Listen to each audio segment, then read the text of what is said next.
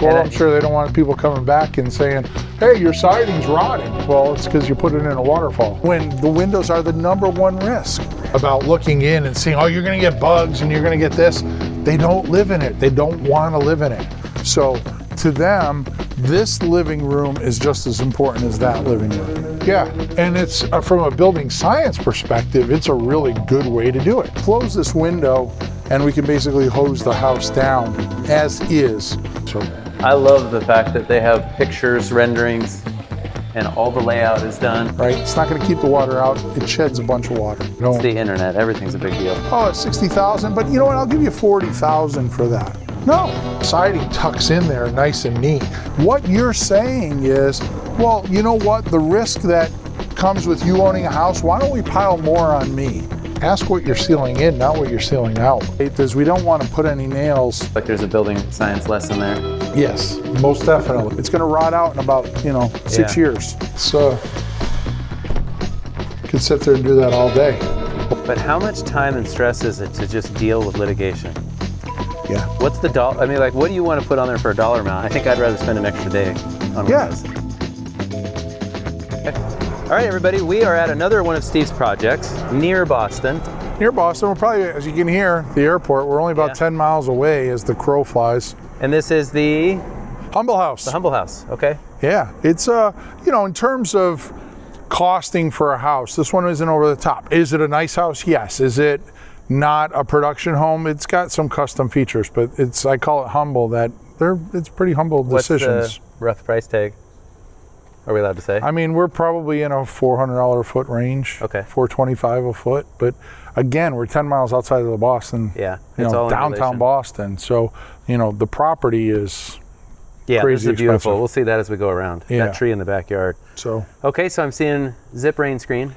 Zip rain screen. It's all around the house. We have Huber Zip R6 on the wall, and we're going to be putting a LP Smart Side, and we're going to do the taller one. So I believe it has the 8-inch reveal, and it's going to be a dark iron ore. So it's going to retain this kind of dark charcoal color. I'm a huge fan of that siding.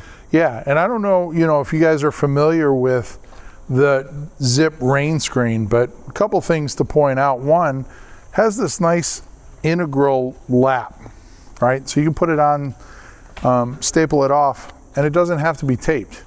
The horizontal doesn't have to be taped. The horizontal doesn't have to be taped.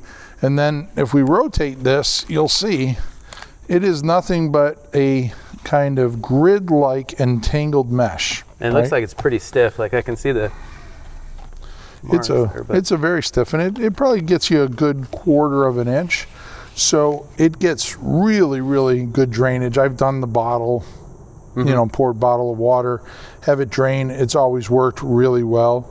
The builder here chose to make a few decisions. One, taping the verticals. So the rule is you don't really have to tape them unless you're putting like a stucco or something up against something that adheres to it. Something that adheres to it. So one of the beauties of having the paper on the mesh and not just having simply the mesh is now I can put a stucco, right? I can put a lath on here, put my scratch coat directly on this, and I still get that drainage in back of the system, right? Or if I'm doing brick masonry, I can still hold it off the, say, 1 inch or whatever, but if mortar droppings fall in there, I get this as a security. I noticed on the inside of this, you've got Zip R6 even on the garage. We got Zip R6 even on the garage. And the panel edge blocking, was that And the panel edge blocking, well, because we're so close to Boston, Boston's a coastal town. Okay. So as the crow flies, we're within a high wind zone here. So our requirements here are a little different, even though it's in a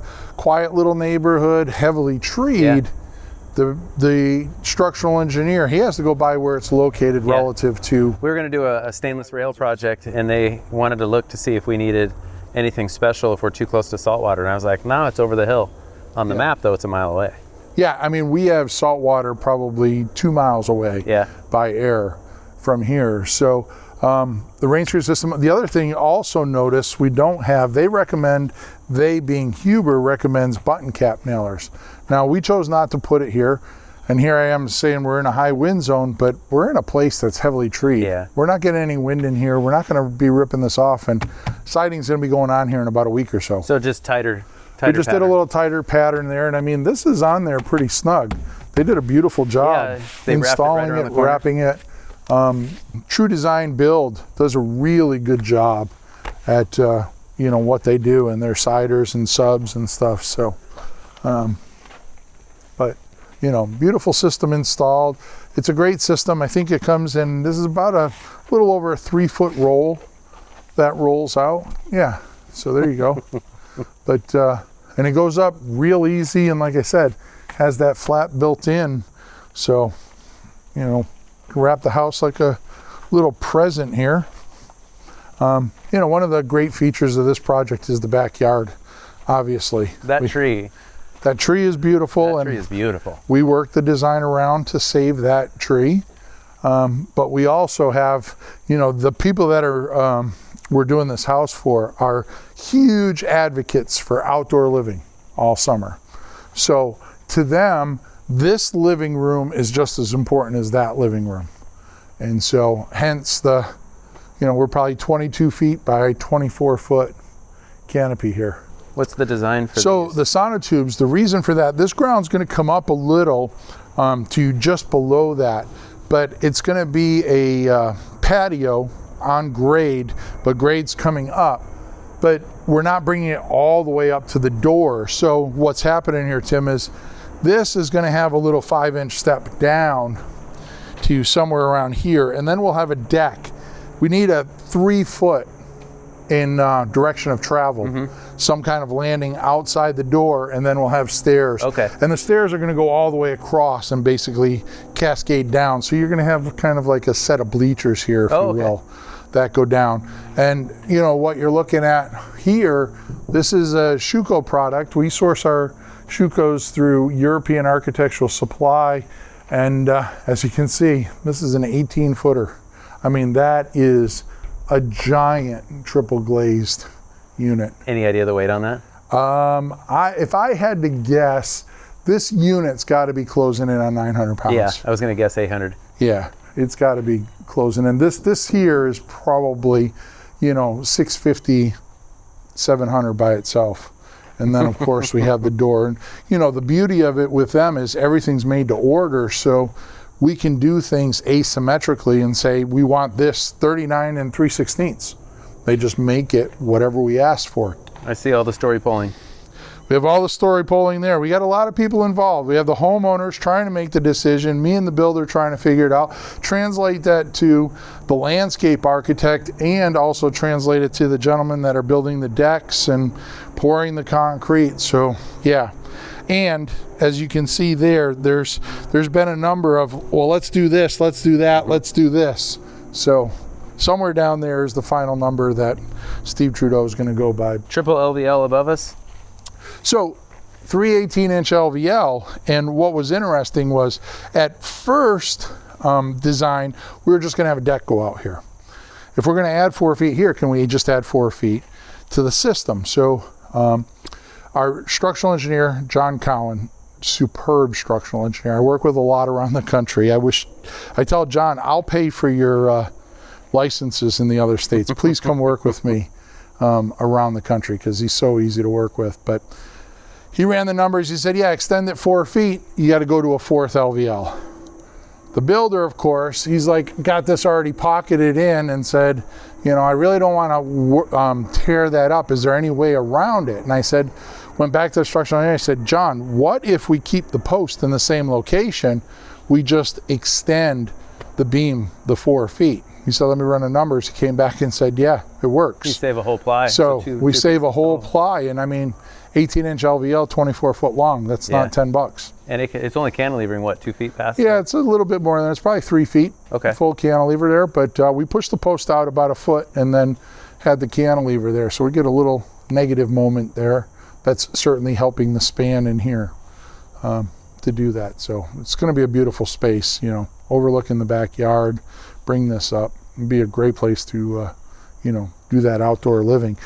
You know, one of the things about outdoors, Tim, that's the one that you know, you look at it and say, oh my God, I want a backyard like this. But the backyard nobody wants is, where do you put all the mechanicals and such, right? So these I always call the dirty corner or the dirty yard. But we need a place that you really want to plan for this. So if you notice, we have a bathroom window there that doesn't look on it, and then we have a living room window here. So we have a fireplace, but it's kind of a blind corner, so we can put everything in here. There's a pantry or a closet downstairs here and a pantry space there. So there's not really a lot of noise generated here, but any noise that is, it's really not interrupting anything. Do you specify the kick-out flashing? Yeah, we just talk about that they're on every adjacent wall system there.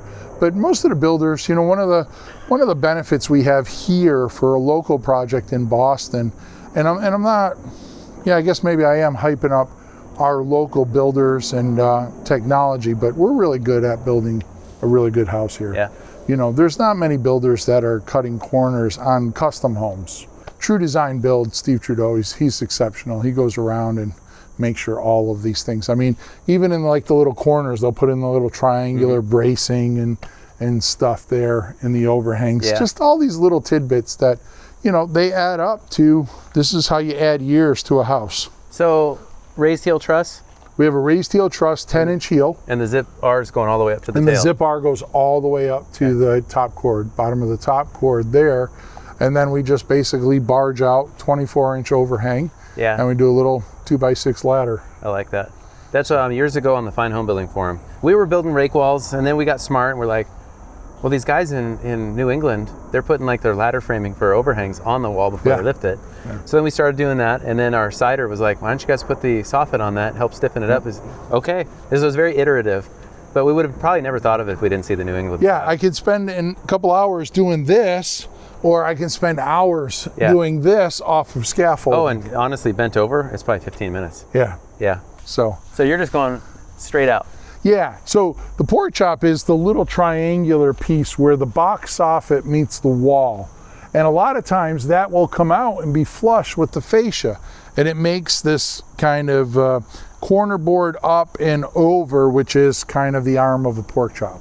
So that's where it gets its nickname. But I like holding it back because it's a smaller scale. If I bring it out, it also has to extend that way 6 or 7 inches.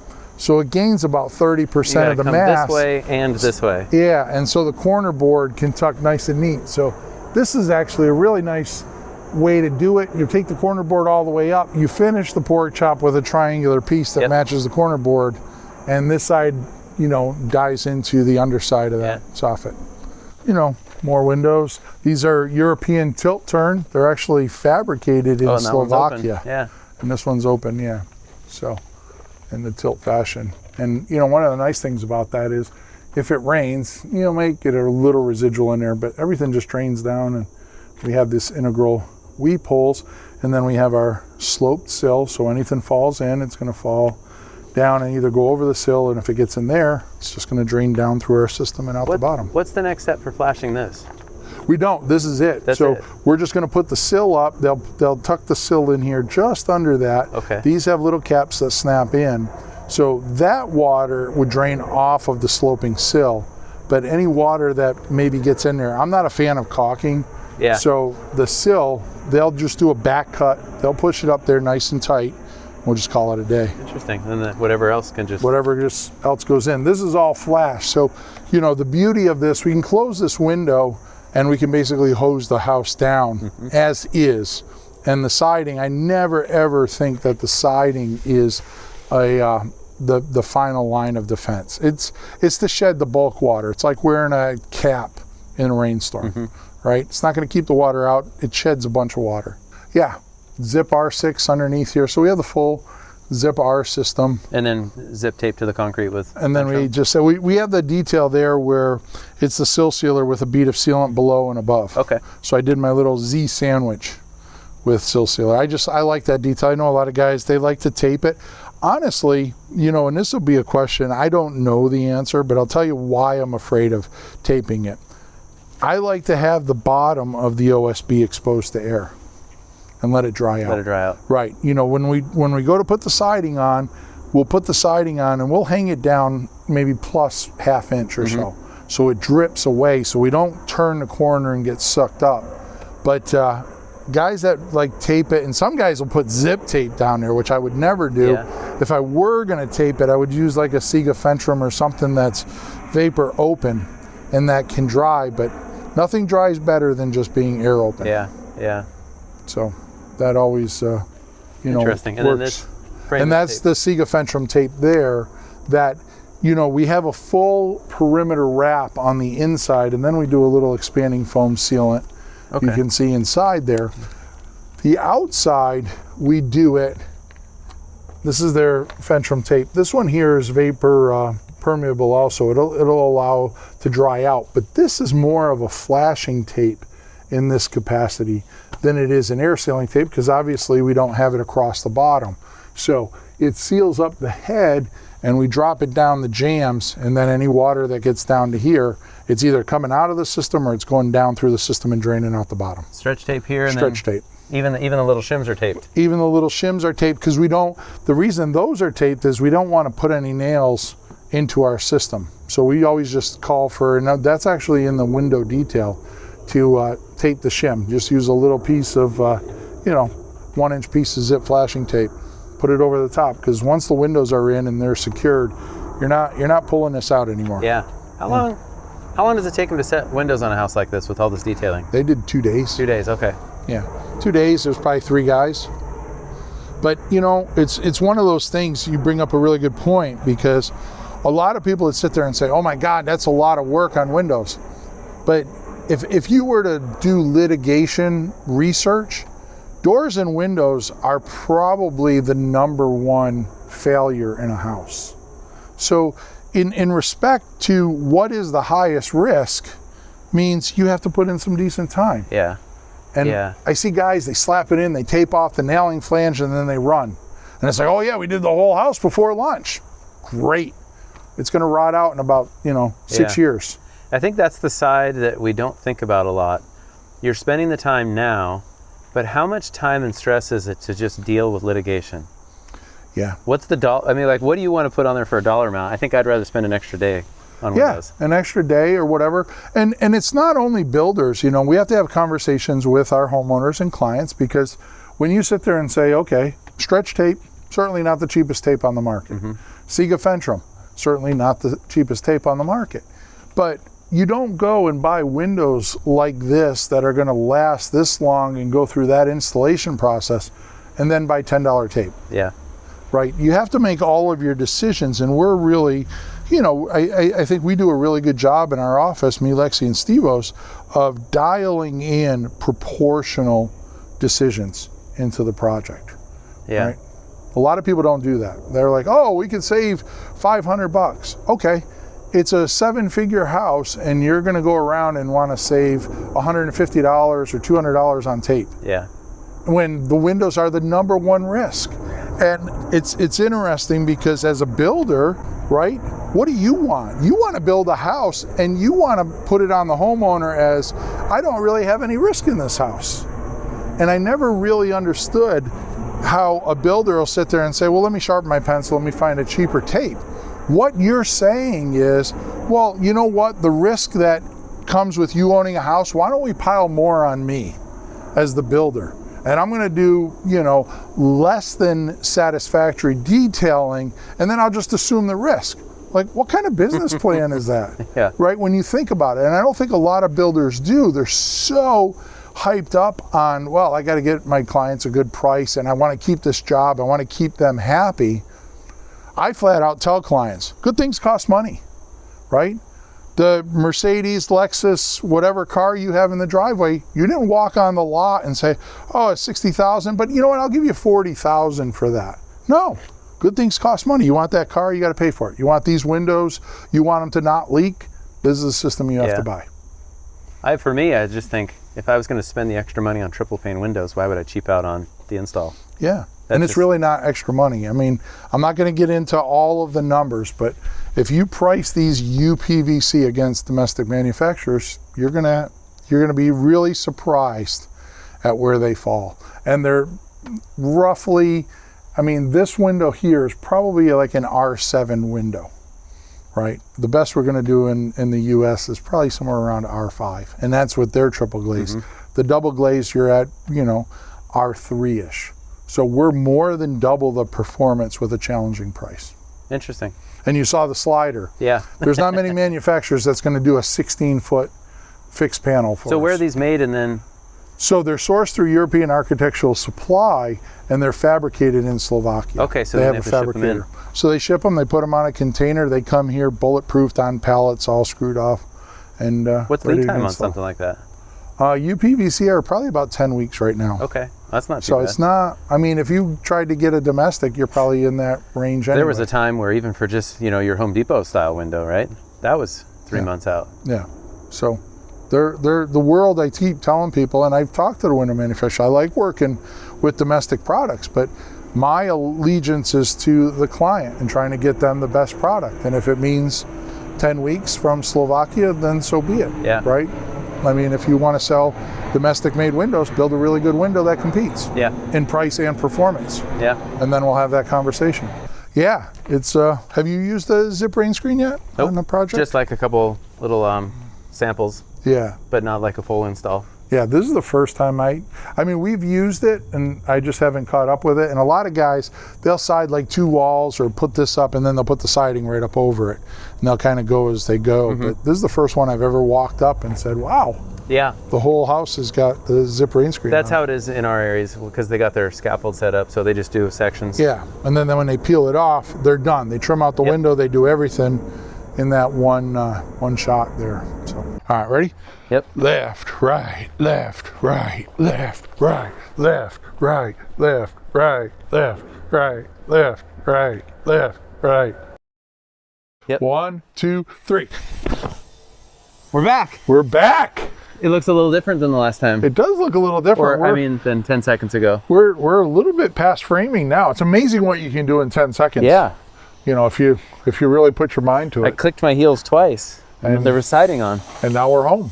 Now we're home. Okay, Now so we're home. we were here last time and it was windows had just been installed Yes. and the zip system rain screen had just been put on. Yes. And so now we get to see it's sided. We see the porch now with its decking on. All windows are all trimmed out. We got plaster going inside, tile going inside, all kinds of great stuff happening today. So on the outside, what are we looking at? This is LP, Smart Side, going up. It's pre-finished. Beautiful product. I know there's a slightly different color. They marketed it as it was the same color, but when we put it up, it's clearly not the same color As the trim. so the trim and the body were supposed to be the Supposed same. to be the same color. That was what we were anticipating, but the homeowner said, you know what, I kind of like it, so just leave it. Yeah, get a little bit of contrast. Get a little bit of a contrast there, and we're going to leave these natural, and obviously the soffits and stuff. We have a bunch of that wood trim and some of the decking here. So What's the wood on the columns? Looks like they it's mitered just them? a stained wood. I don't know if that's a cypress or cedar, but it's just a stained wood on there that we wrap them with. We'll just do a really simple base, simple cap. Oh, I see. Up on top, yeah. Might do something a little taller, A little bit bigger. a little bit bigger than that. Yeah. But I think 30 seconds ago, we had gone over some of the window trim detail. we did look at some of the and the window flashing, trim details. all that stuff. So the windows recessed. They're recessed a little, about 1.25 inches. Notice these are all triple glazed, European style tilt turns. These are all weep holes. So all the windows have a built-in water management system. So yeah, it's So this is their new shiplap joint. this is their new shiplap joint. And Yeah. it sits on top of that rain screen system. So Our local tech, he's like, go to the line because that gap was bigger when it was installed. yep. It does move and now it looks good. Looks really good. Yeah. And I mean, in 30 seconds, we probably went from what? 70 degrees. It's about 30 degrees 30 now, degrees. 28 degrees. So When I landed, yeah. I was like 17, 18 degrees. Yeah. I'm prepared to go to the Cayman Islands tomorrow. There you go. Need some island living. But yeah, the money shot is definitely around the back here. Although the builder, they did a really good job. You can see we have the kickouts. Yep. It's one thing to note there. We have rain gutters going on. That's why we have this, I don't know if you guys do it, but we have this, New England detail where we always fly the fascia out longer. We used to, So, some guys still do. It hides the end of the gutter. Years ago, Dad was like, they used to not run the roofing out like you show there. Gotcha. So then it would rot off. Yeah. So we just got out of the habit. Yeah, or the sun comes out and it heats it up and it melts it off. But that's actually being held by about a 6-inch rake flashing. So it's got some metal support underneath there. Oh, yeah. You can see it Yeah, I tucked like under. the kick out. So manufacturer of the siding requires the kick out. Yes. They're very detailed in their instructions. Yeah. Yeah. Well, I'm sure they don't want people coming back and saying, hey, your siding's rotting. Well, it's because you put it in a waterfall. Yeah, talked about the pork chops last time. Yeah, we talked about those. So, that's a detail that I love to use. I call it a flying rake, where the rake just flies out and the pork chop stays in the plane of the wall there. And then you just simply trim it out. Yeah, I like that because you've got shadow lines. Yeah. And you don't end up with this massive pork chop out in the sun, right? It's kind of hides it in there nice and neat. And we've used that on a number of projects. And has anybody ever commented that they didn't like it? No. They don't even notice it. No, Yeah. Nobody even notices it, and we've got nothing but love for it. So, Yeah, it's very clean. Yeah, our bulkhead is in. And I don't know if you guys do it, one other thing to note here, this is a precast unit. So they bring it in on a truck. It sits on the footing and then just gets bolted. 4 bolts to the wall. And you can see, the excavator tries to do a job of backfilling it, but we backfill it and then you have to come back because it'll fall in against it. But, I did some videos on this and people were saying, oh, I've never even seen that before. And I'm like, in the Northeast, this is pretty much standard for us. I can't remember the last time we actually cast walls for the bulkhead. But yeah, here's the money shot, right? 28 foot by, 24 foot. Pull that post Covered in, patio. and then you could go triple LVL And or then we quad. could go to the triple. Remember, we talked about that going from the quad down. She wanted to make it 4 foot bigger, but we didn't have to increase the beam. We just moved the column. Yeah. And we got stadium seating on the stairs. I love it because we had all the benchmarks and like a second version of the benchmarks and layout. And now we can see it finished. Now it's all coming together. You can see it's nice and sloped a little, so it takes the water out to the backyard. Is this all cast in place? No, it's all precast. Okay. These are all precast concrete tiles. Okay, So but they go on top of... They just go on top of, they'll put a little stone bed. They put some mortar in on the end here to kind of hold it in place. But it's all, and then it gets locked in with stone dust here. Okay. So nothing's like hard grouted. It's just they pack it, and then they'll run the vibrator across the top here, and it'll really kind of tampen it in. So I mean, that is a straight line. Yes, they did a really good job. We have our 18-foot triple glazed lift and slide door, which is just a massive piece of glass. And that's just, what kind of wood is that? That's that same wood that we used out on the front there. Okay. So Yeah, it's beautiful. So it's got a nice little feel. The homeowners, this is like, they love the house, but this was the space that they wanted. It's like, let's build a house around the covered patio. Yeah. So Is it a New England detail to rabbet the trim and tuck it instead No, of this is that came pre-made, so that's rabbeted back probably about 1/2 inch 5/8, and so the trim, or the siding tucks in there nice and neat. And it's funny because this doesn't bother me, and actually I like the fact that it's promoting drying and not caulking, but I know a lot of people that have a huge hang up about looking in and seeing, oh, you're going to get bugs and you're going to get this. They don't live in it. They don't want to live in it. No, we've done the cap over corners for years, and even when we pull them off, I always make the same comment. You can see all of our layout. The house wrap or the siding looks, or whatever's behind it, just looks like the day it was installed. Yeah, so it's not this big deal that people make it out to be. It's the internet. Everything's a big deal. Everything. If you give people an opportunity, that's what I tell people. It's like they had an opportunity, so they're going to say whatever you don't want people to say. Somebody's going to say it because you're giving them that chance, right? But yeah, it's not new. It's been done for decades. but it's new to the person that's commenting. Yeah, and it's from a building science perspective, it's a really good way to do it. Because the minute you put sealant or caulking on, you know, my take has always been, ask what you're sealing in, not what you're sealing out. Because the building is never going to fail, right? We've never done a building investigation because somebody put sealant here and it kept water out. It fails because water got in and can't dry out. And so that's what's creating the problem. And people they just can't get their mind around that. We try to avoid sealant when we can, just because it's a maintenance item for the homeowner. It's a maintenance item, and I've never seen a building that had sealant that like 3 months later, the sealant collects dust. Like it'll go there and it sticks to that. This I can wash off. If you put sealant in there and you get some dirt on it, you can't scrub it, you can't wash it off. It changes color. And with the black, it probably wouldn't be so much of a problem. But if this was a white house and you did a white sealant, it would be like this dark gray in no time. Well, and since it's expert finish, color matching the caulking can be a bit of a hassle. Yeah. So this just eliminates that completely. Is there a little spacer block still there? Yeah. There you go. So 3/8 spacer. That's what they want off the metal. Yep. Yeah. Yeah, it looks good. So it's cold out here. It is cold. Like I said, we're in the shade now. So we'll go down the little tunnel here and we could check out, they put in the garage doors. That was, you know, it's funny because when we do projects, I tell people, you know, every client has a story.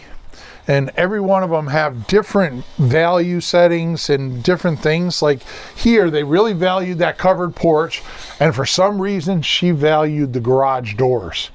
And so it's a synthetic finish. Like these are metal. Almost like a photo finish. And, but we're doing a really good job lately. We have a couple projects that we're putting steel siding on, and it's made to look like wood. And from 5 feet away, you cannot tell it's not wood, but it's going to last a really long time. You know, we have the brackets there. We have 2 more that are going to go in here that they have to make, and little metal roofs. I'm personally a big fan of keeping it simple, and this one's nice and simple. Nice and simple usually translates to being more cost friendly and less risky. It also tends to be you know, more maintenance friendly because you just don't have a whole bunch of pieces. It's like, yeah, we have some brackets and we have some stuff, but those things are protected, right? So they're not, you know, out there. We spent some money. We got nice 24-inch overhangs. We're keeping the water off the building. Even the rakes are, I think, 14 inches. So, you know, there's a lot of effort going into making sure that the building is done right. Our kick-out flashing, you know, they just did in True Design Build. Stephen Trudeau just did a fabulous job. I mean, he's one of those general contractors, and he's out here with a tool belt on all the time. And so he's doing the stuff with his subs and working, and it's not somebody that's just driving around in a truck saying, hey, you know, I'll stop by later this week. You know, he's out here every day, right in the middle of it. So I like the inside corner detail as well. And the inside corner, and yeah, because sometimes the guys, I forget what they call them. We actually have a name for it. The block where you could just put a little square block inside. Like us, a lot of times it's a piece of 2x2. Yeah. Or we just go with 1 5/4, and this butts and caulks, this butts and caulks. Okay. I like that though because it just tucks. It just tucks in there, and so it matches everything. And was this one piece? Yeah, it's all one piece. It comes from SmartSide. It's their inside corner. So that would be why they call it Smart Side. SmartSide. There you go. Yeah, that's a smart detail. There you go. But yeah, it looks good. Yeah, I forget what they call it. There's a name for that little block that goes inside. It escapes me. I'll look it up on my phone because a guy just sent me a question about it the other day. You could take a look at it, but wow, it's already like got heat and stuff in there too. It's this is quite nice. It's like they for 10 seconds worth of work. Yeah, the drywallers are really fast. I think they were in and out of here in about 4 seconds. They just really. And then we're in the big room here, so we have this huge plastered hood. So it has a built-in vent hood and stuff over the range. So it has some niches here. And you know, one of the things we do here that I know you guys don't do is everything is plaster here. It's not drywall and just tape the joints. We do a veneer plaster all over everything. Is that basically then the same as like a level 5 finish? It pretty much is a level 5 finish, right, okay. yeah. And they can work it really, really nice, like to get it almost like a mirrored finish. If they want to, we really take it to that because most of the time it's getting painted, so there's no need to. But they don't texture it; they leave it more of a smooth wall. Yeah. Okay. And you know, one of the things about this plaster, and I posted it, and again, you know, the haters come out of the woodwork. But this guy here, like, he'll solder on stuff that he's concerned about having long-term durability. Oh, yeah. He'll actually solder the miters on his corner bead. He'll just run around with a little soldering gun, and he won't do it on every one, but there's ones where, like, if you're going to put something in, it's at the risk of damaging, or you just don't want to see that failing. He does it. It does a really good job. So I love the fact that they have pictures, renderings, and all the layout is done. Yeah. And a QR code for the fireplace. And a QR code, so you can get like the faucet or whatever, and the exact specs on that, or go look at the installation. So yeah, it's come a long way to see all that. But I agree, getting like the 3D perspective, because it's one thing to look at this, but it's like, oh, okay, I see what they're doing now. Yeah. You know, it just helps everybody out to understand that. So yeah, here's the fireplace, and we did that all out of the plaster. So, you know, it's simple, it's humble, but you know, that's what we were trying to do, is just, they wanted a really nice house, but they don't have a budget to build, you know, something over the top, but it's still extremely nice. You know, one of the other things that we do that you could tell what I think a good plaster, they snap lines. Oh yeah. So when they plaster, they know what they're plastering. So because something like this, if you're plastering it, this would be real easy to get to go like that. And that's pretty darn straight. It's nice and straight, yeah. When they snap the line. So you'll see that a lot there. You'll see it in like dormers and ceiling lines along there. They'll snap those lines so then they can screed to it and make sure that they're getting it nice and straight. So yeah, there's a whole bunch of tricks and little things happening. But here's that large lift and slide. You know, when you put up an when you put up a 18-foot slider, you don't have a lot of room on the side to develop shear. So we actually had to install a shear moment frame, steel one. Framing's actually connected with carriage bolts. And then the framing's actually connected with carriage bolts. Oh, so all the way down to the concrete? All the way down, yeah. And that's bolted all the way down to the concrete, yeah. And we frame that with a 2x8 wall because the section of the window itself is probably somewhere about 7.5 inches or so. Hey, Steve Basic Architect. Yeah, we're on site out at our Humble House project. And as you can see, we still have some framing to do back here on the family room, but notice we got a steel column over there, and they're getting this steel H column prepped, or I-beam.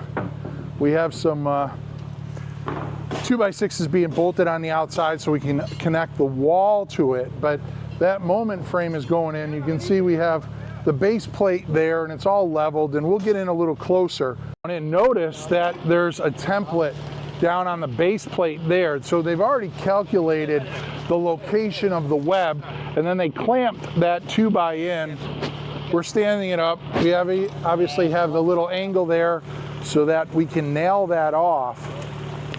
And you can see with proper planning, things pretty much go pretty seamless.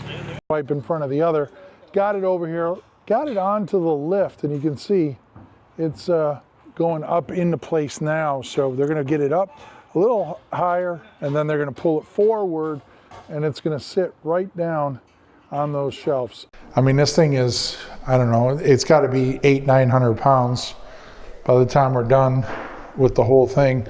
And you know, you rotate this, and basically the door literally goes up on a set of wheels. And so this is I don't know, this is probably a 400-pound door, and it just glides, right?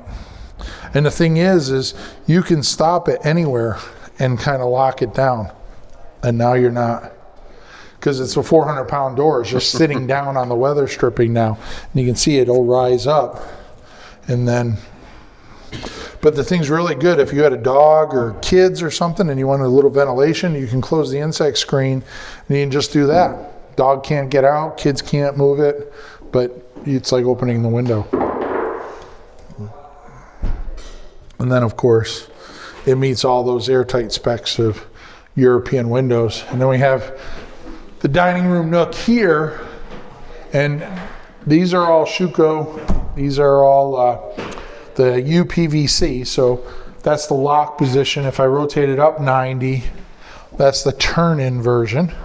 And you can see this is the anthracite gray, UPVC, triple glazed, you know, full locking mechanism all around. And then if you turn it all the way up, it falls in about 7 inches. And that's basically how you vent it. Yeah, it's could sit there and do that all day. Open, close, open, close. I can give you a cadence. Okay, do it. There you go.